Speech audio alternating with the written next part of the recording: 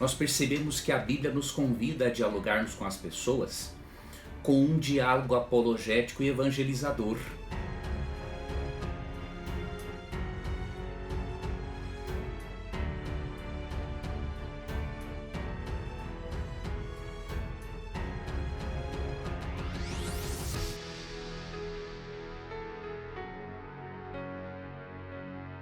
E vamos então para alguns textos. Bom, primeiramente, a Bíblia não apoia que um cristão perca oportunidades de evangelização. 2 Timóteo 4,2 diz assim: pregue a palavra, esteja preparado, quer a ocasião seja favorável, quer não. Corrija, repreenda e encoraje com paciência e bom ensino.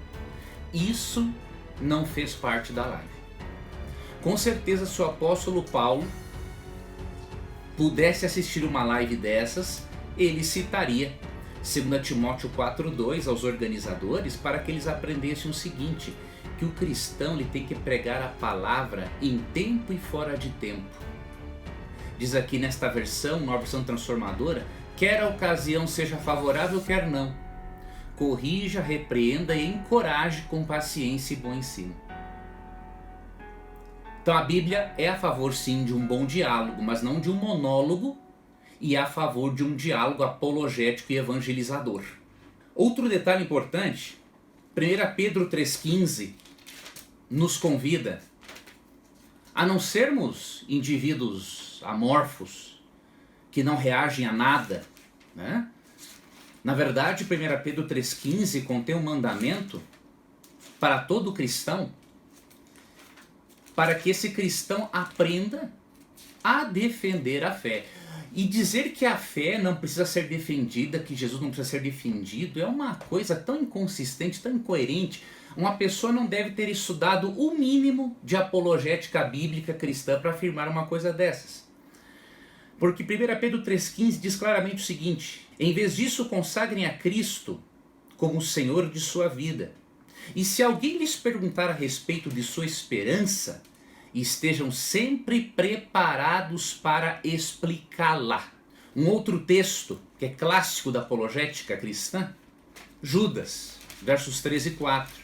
A apologética, uma área da teologia responsável por defender de forma racional a fé cristã, ela precisa ser usada com urgência. Porque afinal, queridos, num jardim, nós não cuidamos apenas das flores, não é? Se você não cuidar também e não tirar as lagartas, já era o seu jardim. Então, num jardim é o momento em que você tem que cuidar das flores e no outro momento lidar com as lagartas. Então a apologética lida com as lagartas, ou seja, vai lidar com as heresias. E Judas, aqui nos versos 13 e 4, disse o seguinte: amados, embora planejasse escrever-lhes com todo empenho sobre a salvação que compartilhamos, ou seja, a preferência dele era escrever sobre isso, entendo agora que devo escrever a respeito de outro assunto e insistir que defendam a fé. A fé não precisa de defesa, o evangelho não precisa de defesa, Cristo não precisa de defesa. Precisa. A Bíblia diz que sim. Defendam a fé que uma vez por todas foi confiada ao povo santo. Se nós somos pregadores, mensageiros de Deus, é óbvio que a defesa do evangelho passa por nós. Os anjos não vão vir aqui fazer essa obra, não é? Verso 4: pois alguns indivíduos perversos se infiltraram em seu meio, sem seres notados, dizendo que a graça de Deus permite levar a uma vida imoral. A condenação de tais pessoas foi registrada há muito tempo, pois negaram Jesus Cristo, nosso único soberano e Senhor. Então aqui, este princípio diz que muitas vezes num jardim, inclusive na igreja, o jardim de Deus, temos que lidar não só com as flores, mas também com as lagartas. E obviamente que a apologética existe para isso, para desconstruir crenças distorcidas e que atrapalham a sua relação e a minha relação com Deus. Vamos comentar aqui os pontos principais que eu destaquei desta live. Primeiro, na live se falou em teologia branca. Na verdade, eu não vejo essa distinção no meio teológico sério, né? Existem várias áreas, ramos da teologia, mas normalmente o que nós vemos é a existência da teologia histórica, teologia sistemática, teologia bíblica, teologia pastoral e há, obviamente, outras vertentes, mas essas são as principais. Eu nunca vi uma distinção teologia branca. A teologia foi feita pelos brancos, então é uma teologia branca. Isso não existe na Bíblia. Tanto brancos quanto negros estudam teologia histórica, tanto brancos quanto negros estudam teologia sistemática, tanto brancos quanto negros estudam teologia pastoral, e tanto negros quanto brancos estudam teologia bíblica. Então, teologia branca não existe. Outro detalhe, na Bíblia não existe esse separatismo absurdo, irracional e ilógico entre negros e brancos. A Bíblia, ela une as pessoas em torno da cruz. E Gálatas 3, 27 a 29 seria suficiente para desmantelar toda a proposta de uma reformulação teológica, já que a teologia foi criada, entre aspas, por brancos, né? Sem contar que os pais da igreja, na sua maioria, eram da África. A teologia foi feita por pessoas brancas e negras. Então essa distinção é uma coisa assim, até do ponto de vista histórico, é uma coisa absurda. Gálatas 3, 27 a 29 diz assim: todos que foram unidos com Cristo no batismo se revestiram de Cristo.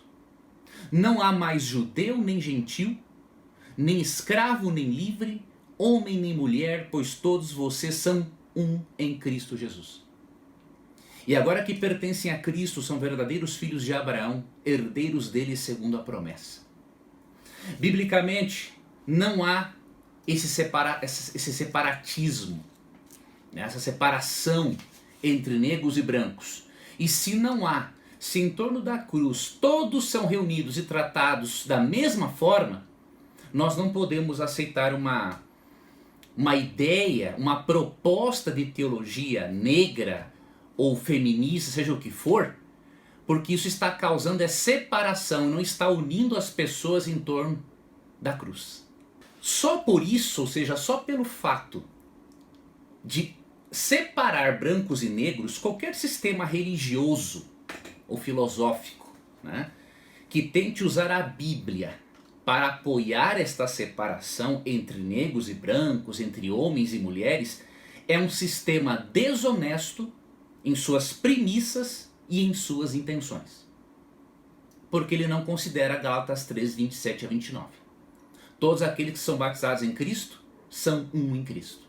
Segundo ponto, falou-se muito da teologia feminista. Segundo a Bíblia, essa teologia também não existe, né?